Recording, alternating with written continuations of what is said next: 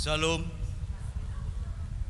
Selamat datang bagi kita, Bapak Ibu Saudara-saudari semua, dalam kebaktian week kita di gereja ini, dan juga jemaat yang ikut live streaming di rumah masing-masing. Terima kasih buat kita semua yang telah hadir di sini untuk bersekutu dan menyembah Tuhan bersama-sama. Dengan rasa syukur atas pertolongan Tuhan dalam kehidupan kita hari demi hari, marilah kita mempersiapkan diri untuk memulai kebaktian week ini.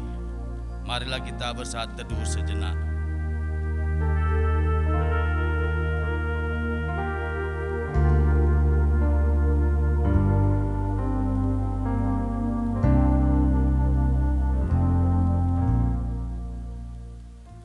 Amin. Kita bernyanyi dari Kidung Jemaat nomor 19 ayat 1 sampai dengan ayat 2.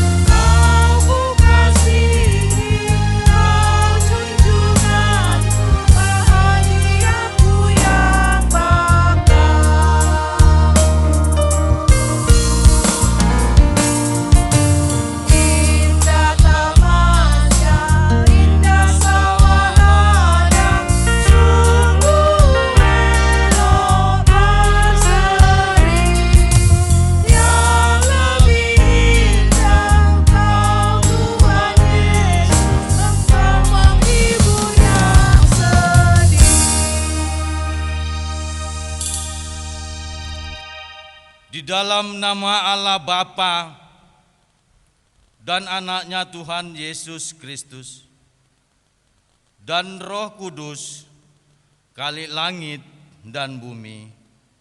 Amin. Jawab Yesus kepada mereka, ajaranku tidak berasal dari diriku sendiri, tetapi dari Dia yang mengutus aku.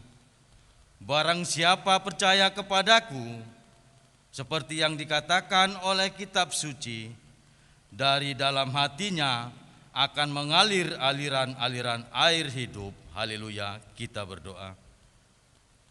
Ya Tuhan Allah Bapa kami yang Maha Pengasih, kami bersyukur di tempat ini memohon kepadamu dengan segenap hati kami. Berilah iman yang benar kepada kami, dan teguhkanlah hati kami, agar kami hidup dalam ketaatan yang penuh syukur dan sukacita, sesuai dengan kehendak-Mu. Peliharalah kami sampai akhir hidup kami, di dalam anak-Mu Yesus Kristus Tuhan kami. Amin. Kita bernyanyi dari Kidung Jemaat nomor 57 ayat 2.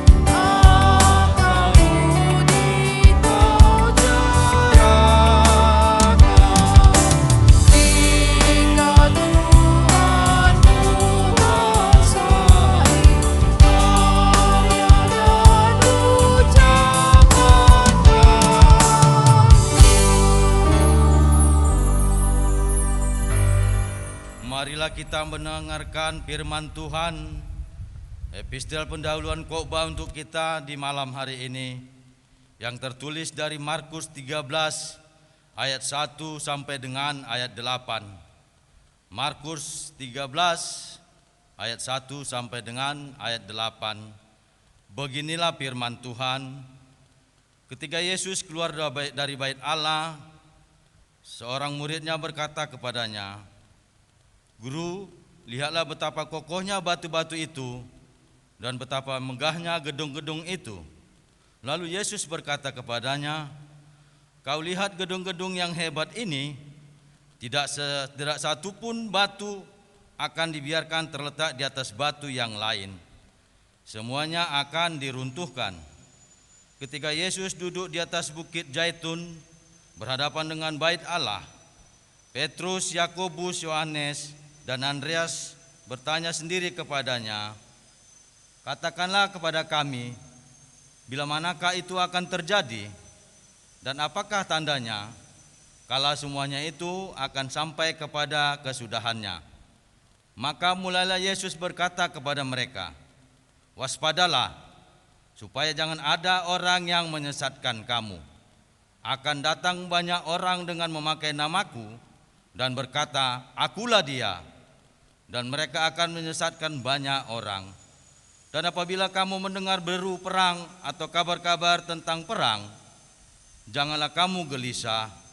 Semuanya itu harus terjadi, tetapi itu belum kesudahannya. Sebab bangsa akan bangkit melawan bangsa dan kerajaan melawan kerajaan. Akan terjadi gempa bumi di berbagai tempat, dan akan ada kelaparan. Semua itu barulah permulaan penderitaan menjelang zaman baru." Begitulah firman Tuhan. Yang berbahagia ialah mereka yang mendengarkan firman Allah dan yang memeliharanya. Amin. Kita bernyanyi dari Kidung Jemaat nomor 387 ayat 1 sampai dengan ayat 2.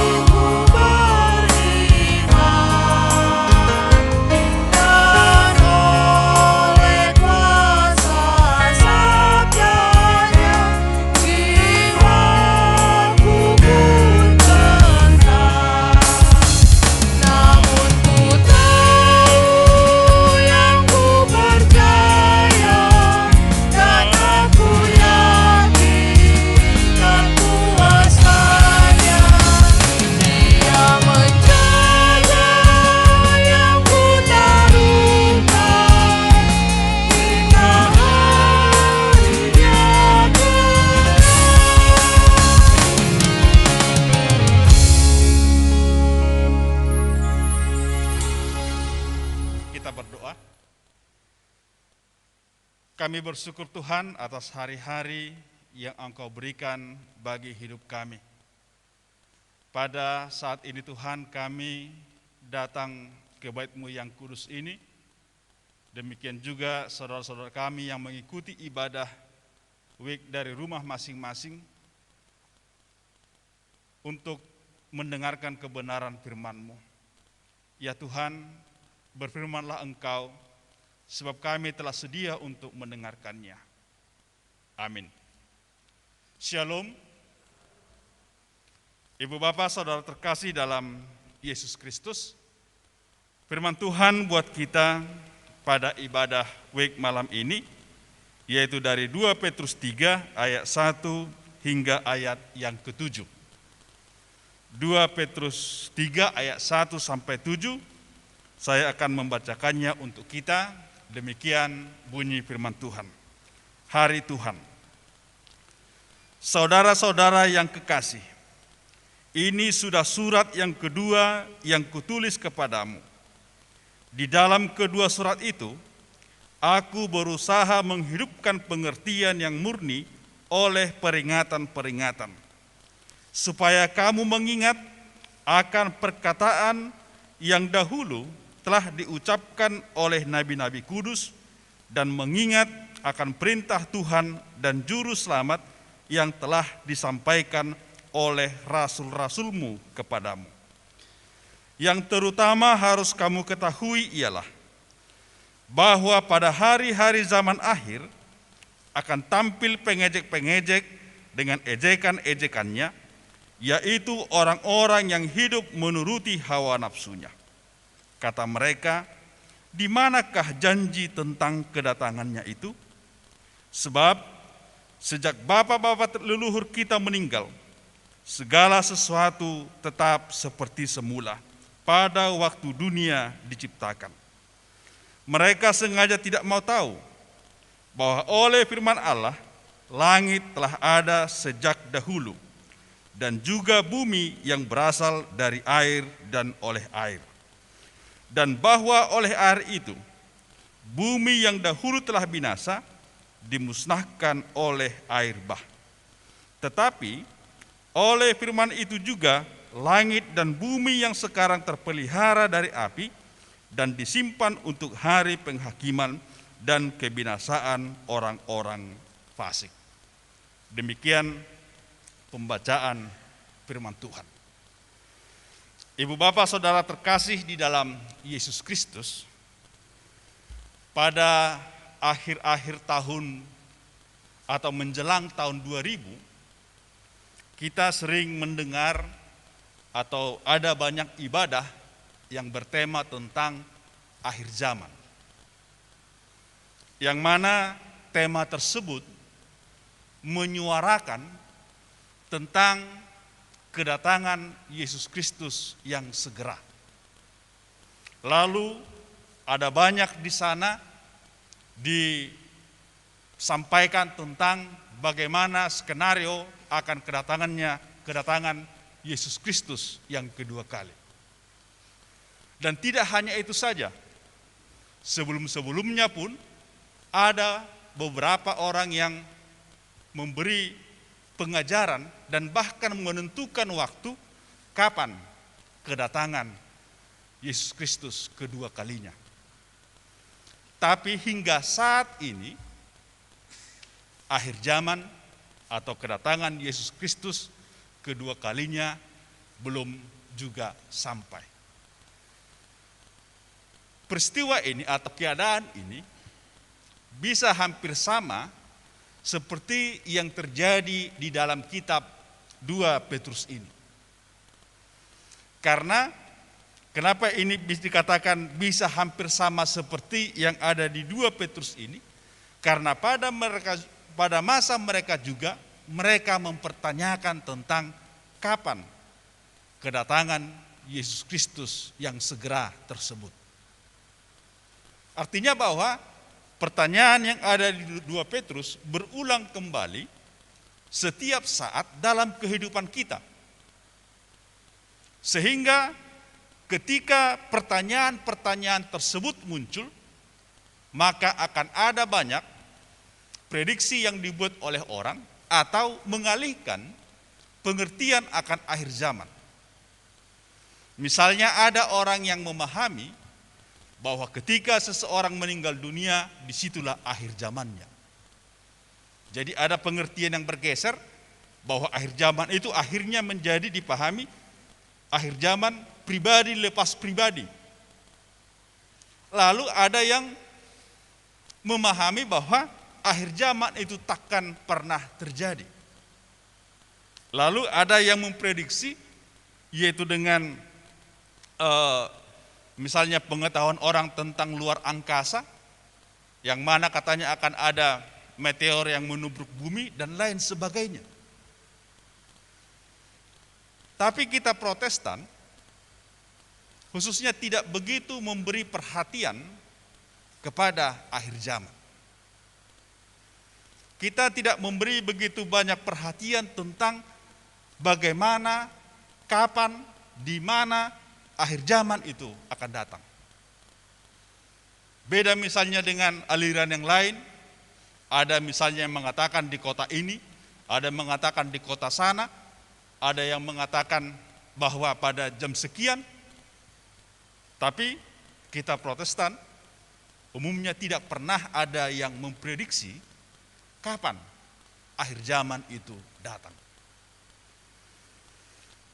Tetapi sebagaimana oleh karena perkembangan dari, katakanlah perkembangan zaman, setiap agama memberi perhatian tentang akhir zaman, tentang bagaimana atau tanda-tanda dari akhir zaman. Ada banyak orang memprediksi dengan adanya tanda-tanda, misalnya banyak gempa, banyak ini, banyak itu, maka orang mengatakan itu adalah tanda-tanda akhir zaman. Sehingga dikala itu semua diperhitungkan dan diperkirakan sebagai tanda-tanda akhir zaman, maka di situ sebagian memang ada kebangkitan dari kehidupan bergereja. Tapi apakah kehidupan bergereja tersebut akan tetap untuk selama-lamanya? Lalu, dikala misalnya orang sudah mengabaikan tentang akhir zaman, tidak memberi perhatian kepada akhir zaman, lalu pengajaran dari Yesus Kristus hampir disamakan seperti pengajar-pengajar motivasi. Maka kalau kita misalnya mengikuti di media sosial, ada banyak penggalan-penggalan perkataan Yesus Kristus yang dijadikan sebagai bahan untuk memotivasi seseorang. Atau ada ungkapan-ungkapan umum yang dilabelkan sebagai ungkapan dari kekristenan.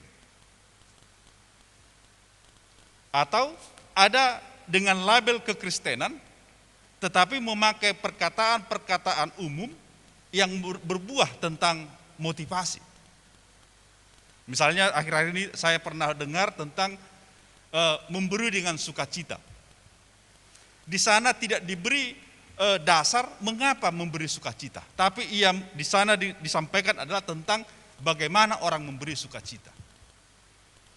Sehingga dikala sesuatu hal tidak didasarkan kepada iman, maka apa yang kita dengar atau apa yang disampaikan sebagai ajaran kekristenan bisa-bisa berubah menjadi sebuah motivasi atau pengajaran motivasi.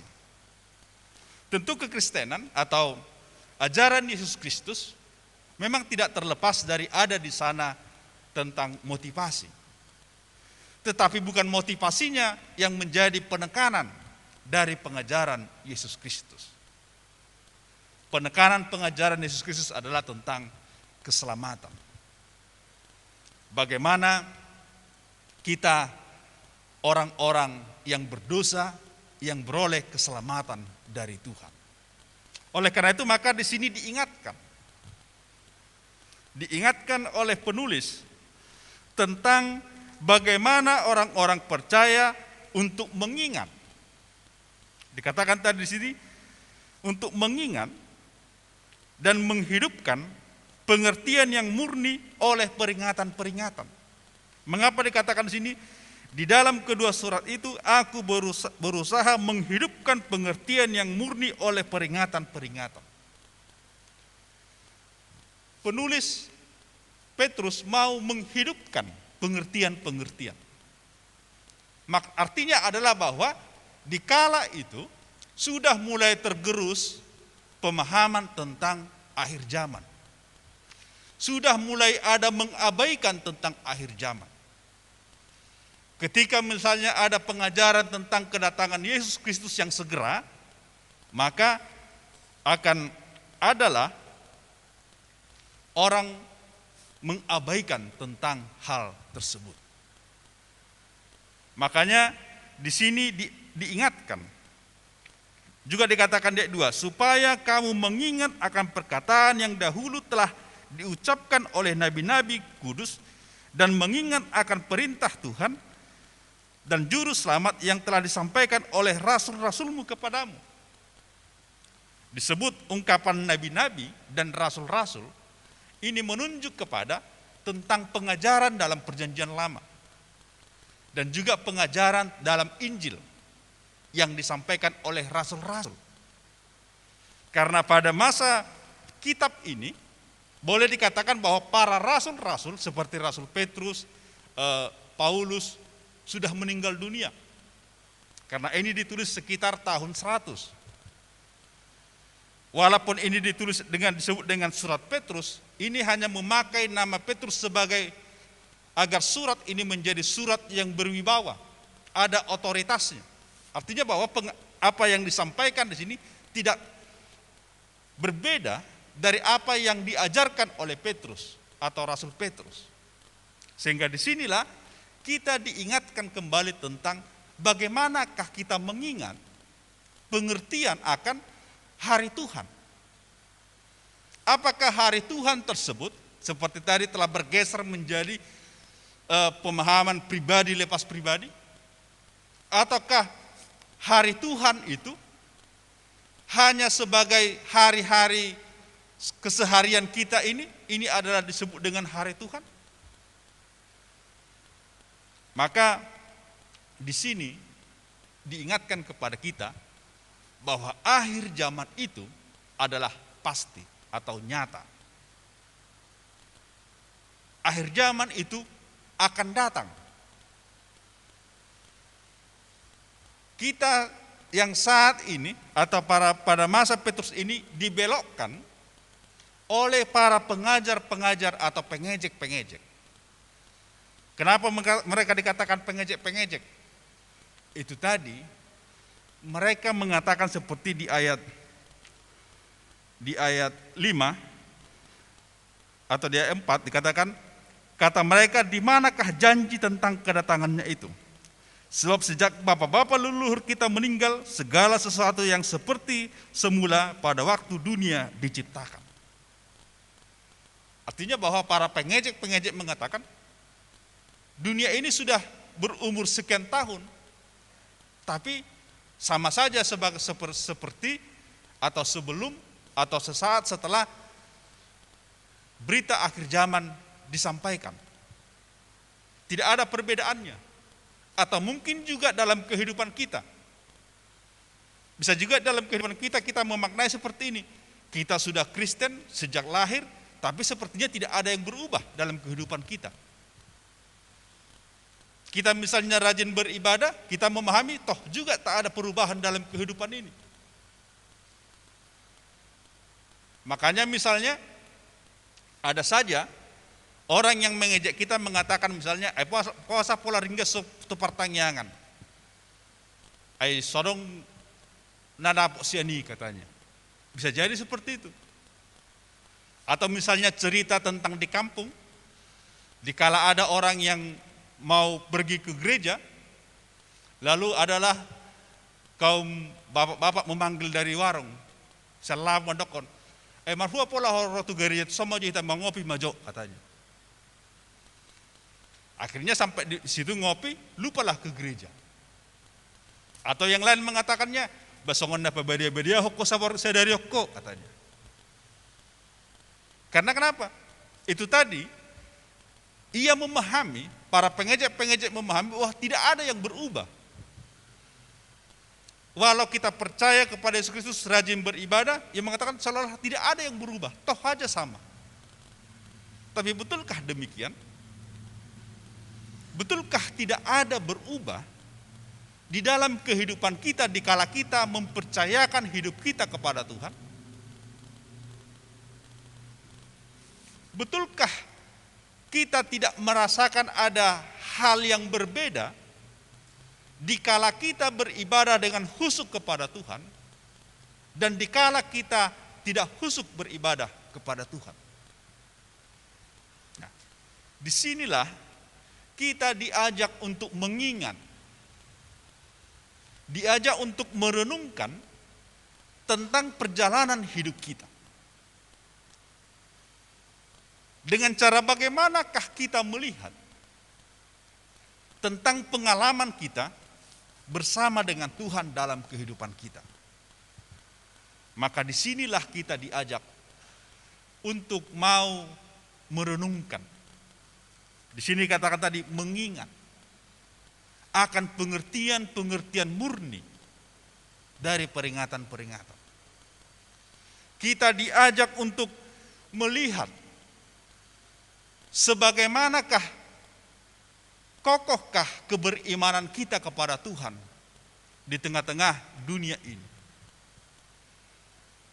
Seperti tadi kalau mereka mengatakan tadi, di manakah janji tentang kedatangannya itu? Sebab sejak bapak-bapak leluhur kita meninggal, segala sesuatu tetap seperti semula pada waktu dunia diciptakan. Padahal sebagaimana kita pahami, dikala dunia ini diciptakan oleh Tuhan, awalnya adalah amat baik dan sungguh amat baik. Namun dikala manusia jatuh ke dalam dosa, maka di sanalah mulailah kesulitan kita manusia. Alam seolah-olah turut menghukum kita manusia. Lalu di sini juga disampaikan tentang peristiwa air bah yang mau mengingatkan para pengejek-pengejek bahwa air bah itu adalah bentuk dari penghukuman Tuhan kepada dunia ini. Artinya bahwa pengejek-pengejek itu tersebut dikatakan melupakan, mereka sengaja tidak mau tahu bahwa oleh firman Allah langit telah ada sejak dahulu dan juga bumi yang berasal dari air dan oleh air, dan bahwa oleh air itu bumi yang dahulu telah binasa dimusnahkan oleh air bah. Bumi yang dahulu sudah dimusnahkan melalui air bah. Artinya ada pengertian bahwa dunia yang ditempati oleh masa Petrus ini dan juga kita adalah dunia yang baru setelah air bah tersebut. Jadi apa yang disampaikan oleh para pengejek-pengejek tersebut adalah bukan sebuah kebenaran.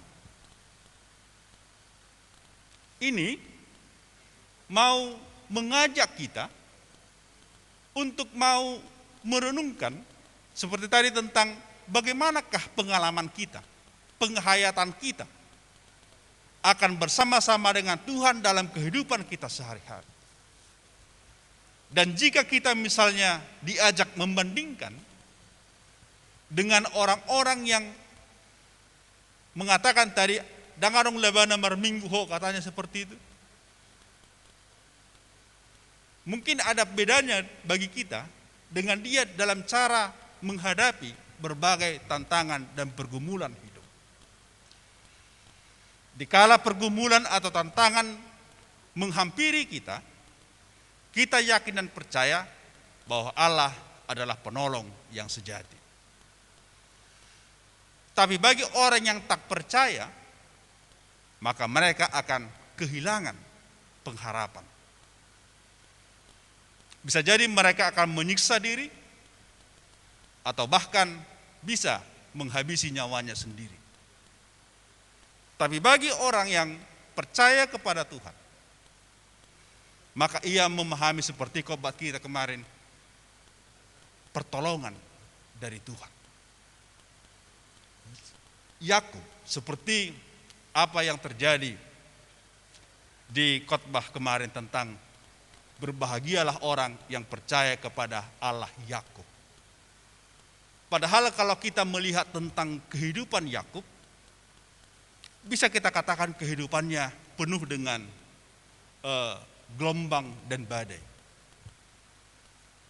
Dikala ia misalnya mengambil hak kesulungan dari Esau, dikala ia hendak berjumpa dengan Esau, dikala Yusuf anak Yakub dijual dan disebutkan saudara-saudaranya dimakan oleh singa.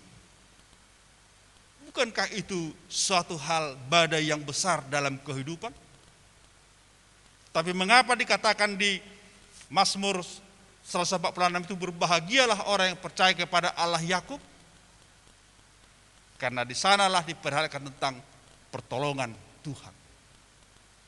Sebab Yusuf, dikala ia memperkenalkan dirinya kepada saudara-saudaranya dan saudara-saudaranya ketakutan, lalu Yusuf mengatakan, jangan takut. Aku diutus Tuhan kemari untuk memelihara hidup kalian, katanya. Disitulah kita melihat tentang bagaimana Yusuf memaknai hidupnya, bukan oleh karena penghukuman ia mengalami begitu banyak persoalan yang ia hadapi, tetapi ia memahami itu adalah bentuk dari pemeliharaan Tuhan bagi umat Israel. Nah, inilah yang mengajak kita untuk melihat tentang bagaimana kuatnya atau kokohnya akan ingatan-ingatan itu bisa membawa kita semakin dekat kepada Tuhan. Maka di ayat 7 dikatakan di sini, tetapi oleh firman itu juga, langit dan bumi yang sekarang terpelihara dari api dan disimpan untuk hari penghakiman akan dan kebinasaan orang-orang fasik.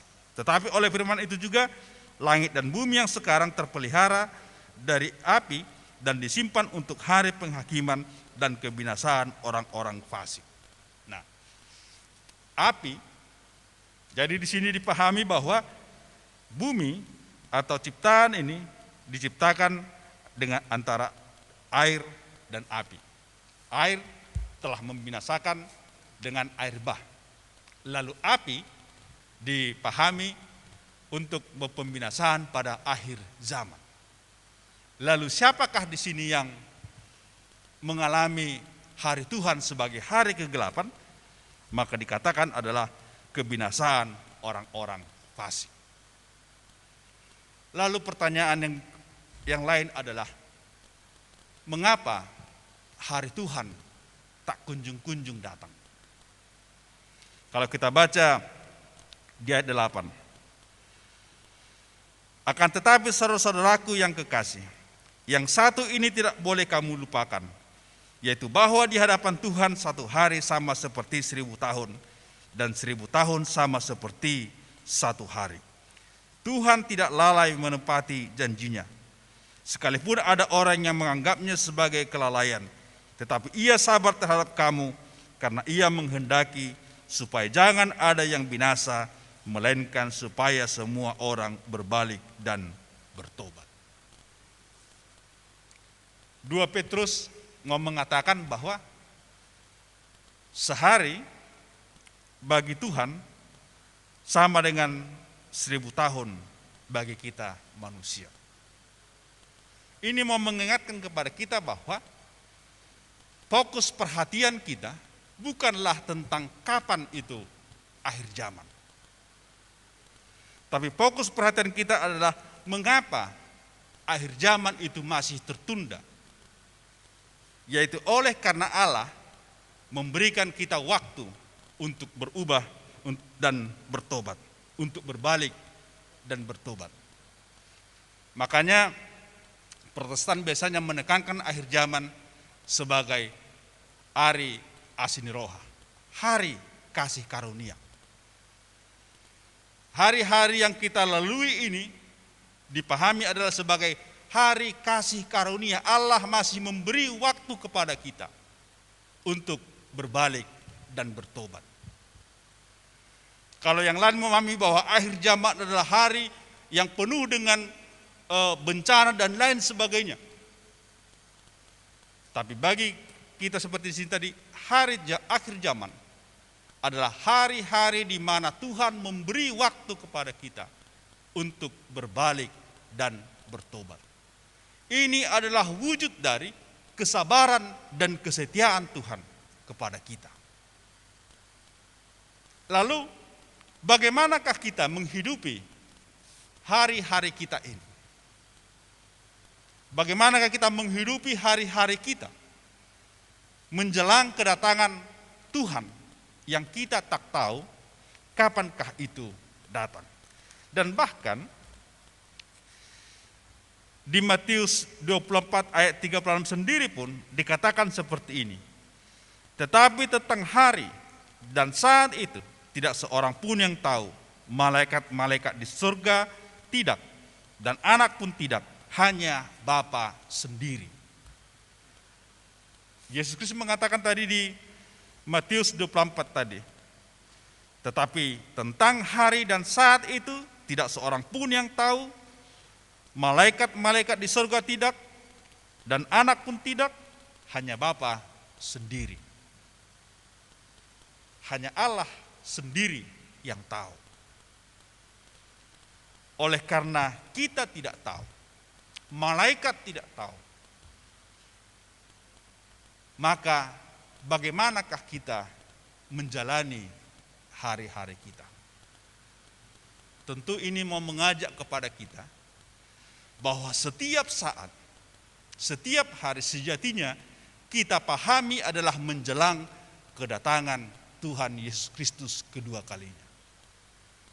Dikala kita memahami setiap hari, setiap waktu adalah menjelang kedatangan Yesus Kristus kedua kalinya, maka disitulah kita setiap hari, setiap saat kita berbalik dan bertobat. Kita diajak untuk berbalik kepada Tuhan dan bertobat dari segala dosa-dosa kita. Dan memohon pengampunan kepada Tuhan. Dan hari-hari kita sejatinya adalah hari untuk memuji dan memuliakan nama Tuhan. Dan ini juga sebagaimana tema kita adalah mengasihi bumi dan segala isinya. Mengasihi bumi tidak hanya menunjuk kepada alam, tapi menunjuk semua ciptaan Tuhan. Kita bagian dari bumi. Alam bagian dari bumi. Jadi kita diajak untuk mengasihi semua isi bumi. Karena Allah telah terlebih dahulu mengasihi kita. Allah melalui Yesus Kristus telah menyerahkan nyawanya demi keselamatan kita. Itu adalah karya atau anugerah termahal. Anugerah yang mahal. Yang mana Yesus Kristus menyerahkan nyawanya, mengorbankan dirinya demi keselamatan kita. Dan hari Tuhan adalah hari, setiap hari kita memahami bahwa adalah untuk menjelang kedatangan Yesus Kristus kedua kalinya, maka disinilah kita menghidupi firman Tuhan dalam kehidupan kita keseharian. Amin. Kita berdoa. Terima kasih Tuhan, firman-Mu menguatkan kami dan mengingatkan kami akan hari-hari yang Engkau berikan di dalam kehidupan kami. Engkau mengingatkan kami Tuhan akan akhir zaman atau kedatangan-Mu yang kedua kalinya. Engkau tidak menyebutkan kapan dan di mana, tapi Engkau menyatakan bahwa itu pasti terjadi. Dan bagi orang-orang fasik, itu adalah kebinasaan. Tapi bagi orang-orang yang percaya dan takut akan Engkau, itu adalah hari penuh dengan sukacita. Ya Tuhan Yesus Kristus, ingatkan kami Tuhan, untuk terus-menerus merenungkan perjalanan hidup kami. Mengingat bahwa Engkau adalah penolong kami yang sejati. Agar dikala banyak kesusahan yang menimpa hidup kami tidak akan takut. Tapi kami tetap berpengharapan dan memohon pertolongan daripadamu, karena Engkau adalah penolong yang setia. Engkau telah mengasihi kami, dan kini Engkau mengutus kami untuk saling mengasihi. Di hari-hari, di waktu-waktu yang Engkau berikan bagi kami Tuhan, ajar kami untuk berbalik dan bertobat dan menghidupi firman-Mu dalam kehidupan kami keseharian. Tuhan Yesus Kristus, kami mendoakan jemaat-Mu Tuhan yang sakit, baik yang berbaring di rumah sakit ataupun di rumah masing-masing. Kiranya Engkau Tuhan menjamah, memberikan kesehatan yang daripada-Mu. Demikian juga Tuhan, setiap keluarga, kiranya Engkau lawat Tuhan, hadirlah Engkau di tengah-tengah setiap keluarga, agar di tengah-tengah keluarga tersebut Tuhan, nyata kasih setia-Mu. Engkau memberkati setiap pekerjaan dan mencukupkan segala kebutuhan dari setiap keluarga. Engkau Tuhan memberikan kepintaran kepada anak-anak yang sedang belajar. Demikian juga Tuhan, kami mendoakan anak-anak jemaat-Mu yang sedang mencari pekerjaan. Kiranya Engkau berikan Tuhan pekerjaan yang tepat baginya. Tuhan Yesus Kristus, ampuni kami Tuhan dari segala dosa kami. Amin.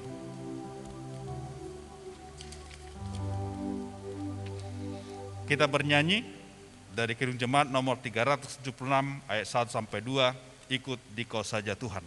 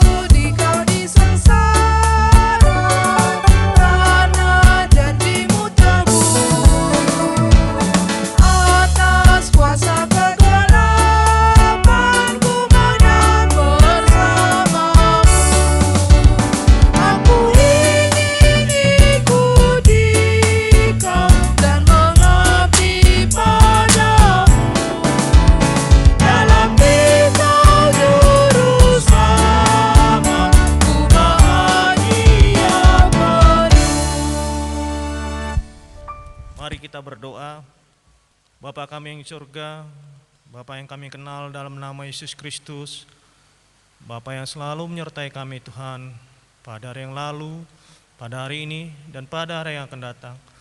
Bapa kami di surga, terima kasih atas berkat yang telah Kau berikan pada hari ini Tuhan, sehingga kami dapat berkumpul di gereja ini Tuhan, untuk memuji dan memuliakan nama-Mu, serta mendengarkan firman Bapa. Bapa kami di surga, banyak teman-teman kami yang belum hadir ya Tuhan. Apabila dalam keadaan mereka sakit ya Tuhan, baik itu di rumah sakit atau di rumah, kiranya Engkau berikanlah kesembuhan ya Tuhan, melalui obat-obat, melalui dokter yang merawat mereka. Apabila mereka dalam perjalanan ya Tuhan, kiranya Engkau lindungi sampai ke rumah mereka masing-masing. Dan apabila mereka dalam keadaan live streaming ya Tuhan, berikanlah Kau kesehatan juga kepada mereka ya Tuhan. Bapa kami surga, terima kasih ya Tuhan atas segala berkat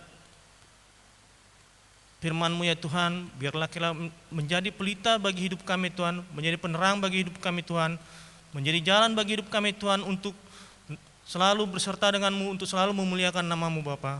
Bapa kami surga, demikian juga Bapak Pendeta yang telah memberikan firman-Mu ya Bapa. Berikanlah kesehatan kepada Bapak Pendeta ya Tuhan. Berikanlah juga kekuatan dan kesabaran Bapak Pendeta ya Tuhan untuk melayani kami ya Tuhan. Bapak kami surga, demikian para sinetua, para penatua, para sintua ya Tuhan, dan para pengurus gereja ya Tuhan. Berikan juga kesehatan kepada mereka ya Tuhan. Berikan juga kesabaran untuk melayani kami ya Tuhan, sehingga mereka juga dapat melayani kami dengan penuh kesabaran ya Tuhan dan penuh sukacita Bapa. Bapa kami surga, Engkau tahu ya Tuhan Yesus, pandemi ini Tuhan masih berlaku ya Tuhan. Tuhan, tolong ya Tuhan, luputkanlah ya pandemi Tuhan dari kami ya Tuhan. Tolong jaga kami ya Tuhan, tolong sertai kami Tuhan ya Tuhan, karena Engkau lah yang Raja kami Tuhan, Engkau lah yang pelindung kami Tuhan, Engkau lah yang selalu melindungi kami Tuhan. Hanya kepadamu lah kami memohon dan memuliakan-Mu ya Tuhan, hanya padamu lah kami berserah ya Tuhan. Demikian juga negara kami Tuhan, kiranya Engkau sertai negara kami Tuhan, para pemimpin negara kami Tuhan, baik presiden maupun menteri, serta yang paling rendah ya Tuhan, camat dan lurah ya Tuhan. Kiranya Kau berikan kesehatan, baik itu juga kesehatan rohani dan pikiran ya Tuhan. Kau berikan juga rezeki pada mereka ya Tuhan, sehingga dapat mereka bekerja untuk melayani kami bangsa Indonesia ya Tuhan. Bapa kami surga, banyak mungkin saudara-saudara kami yang seiman ya Tuhan, yang di luar negeri mungkin dalam negeri yang mungkin dalam keadaan tersesak ya Tuhan. Sertai Tuhan mereka Tuhan, bimbing mereka Tuhan, kuatkan mereka Tuhan, supaya mereka juga dapat mengenal dan memuliakan Nama-Mu lebih baik ya Tuhan. Kami serahkan dalam tangan Bapa. Bapa kami surga, demikian juga segala permasalahan kami Tuhan, baik dari keluarga maupun pribadi pas pribadi, sertai kami Tuhan. Berikanlah juga jalan keluar ya Tuhan, sehingga kami dapat selalu memuliakan Nama-Mu Bapa. Juga teman-teman kami yang baik, yang belum dapat kerja ya Tuhan, masih dalam kuliah, masih dalam sekolah ya Tuhan. Kiranya Engkau berikanlah juga penyelesaian ya Tuhan, dapatkan mereka pekerjaan Tuhan, selesaikan mereka studinya Bapa. Kami serahkan dalam tangan Bapa. Bapa kami surga, banyak kami berdoa lagi ya Tuhan, tapi kami tahu ya Tuhan bahwa Engkau mengetahui semua apa yang kami doakan ya Tuhan. Bapa kami surga, banyak dosa-dosa kami Tuhan, baik sengaja pun tidak sengaja. Kami serahkan dalam tangan Bapa, hapuskanlah dosa-dosa kami Tuhan. Kami serahkan kebaktian ini dalam tangan Bapa. Dalam nama Yesus kami berdoa kepada Bapa, dengarlah doa kami Tuhan. Amin.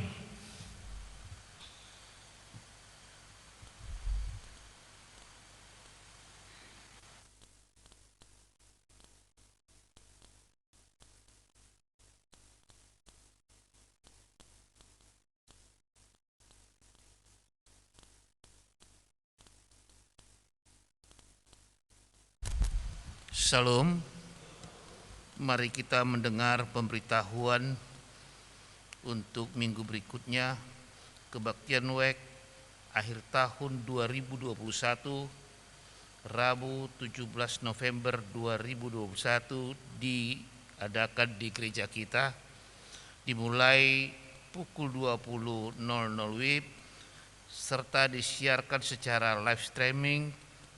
Kebaktian WEK ini adalah penutupan kebaktian WEK di gereja untuk tahun 2021, tata ibadah bahasa Batak Toba. 2.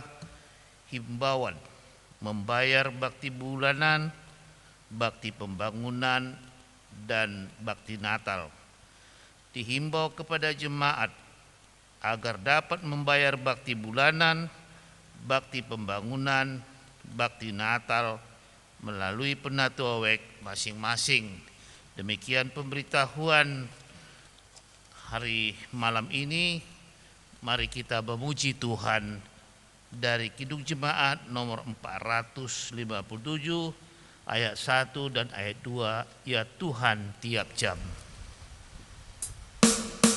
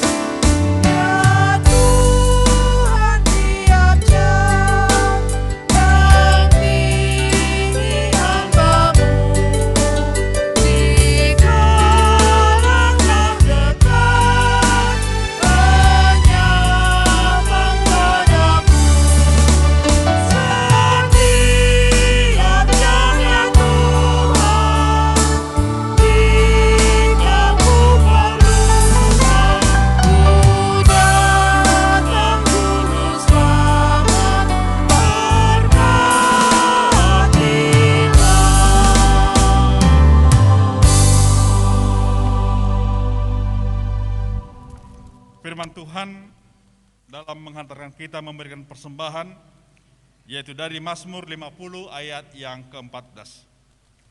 Persembahkanlah syukur sebagai korban kepada Allah, dan bayarlah nazarmu kepada Yang Maha Tinggi. Amin.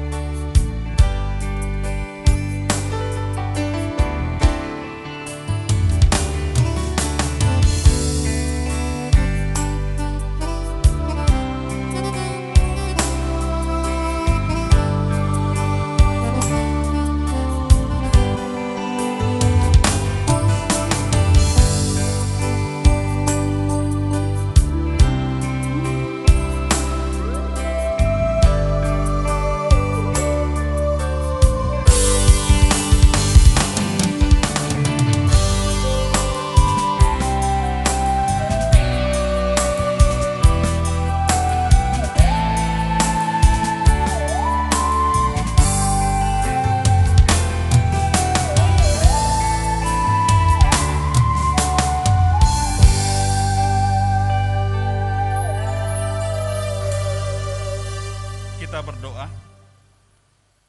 Ya Allah Bapa kami yang di surga, kami mengaku dengan setulus hati Engkaulah sumber segala berkat dan karunia. Di sini kami memberikan persembahan syukur kami kepadamu. Terimalah persembahan umat-Mu dan berkatilah menjadi alat kesaksian, persekutuan, dan pelayanan jemaat-Mu ini. Jadikanlah hidup kami persembahan yang berkenan kepadamu.